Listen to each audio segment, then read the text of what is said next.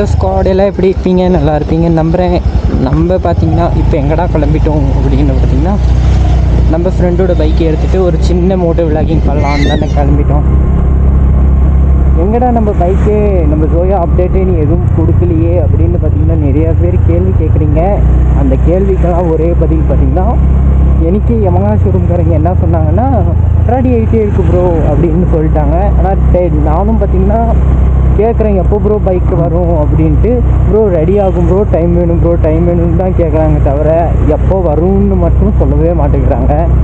எனக்கே பார்த்திங்கன்னா ஒரு மாதிரி கடுப்பாகுது. நானே பார்த்திங்கன்னா டேரெக்டாக போய் யமஹா ஷோரூமில் சண்டை போட்டுடலான்னு தான் பார்க்குறேன்.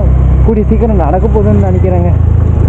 அடிக்கடி ஏன்னா ஒரு மனுஷன் பைக்கு விட்டு ஒரு 2 வீக் ஆகிடுச்சுங்க, இன்னும் பைக் வரலன்னா ஒரு மனுஷனுக்கு கஷ்டம் இருக்காதா? கடுப்பாகாதா?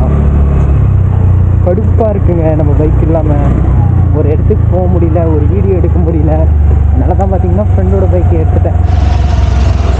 பார்க்கலாங்க, நெக்ஸ்ட்டு வீக்கு தான் அப்படின்னு சொல்லியிருக்காங்க. நெக்ஸ்ட் வீக் இருந்தாங்கன்னா பைக் நீங்களே வச்சுக்கோங்க, எனக்கு அமௌண்ட்டு கொடுத்துருங்க அப்படின்னு போட்டு சண்டை போட்டுறது தான்.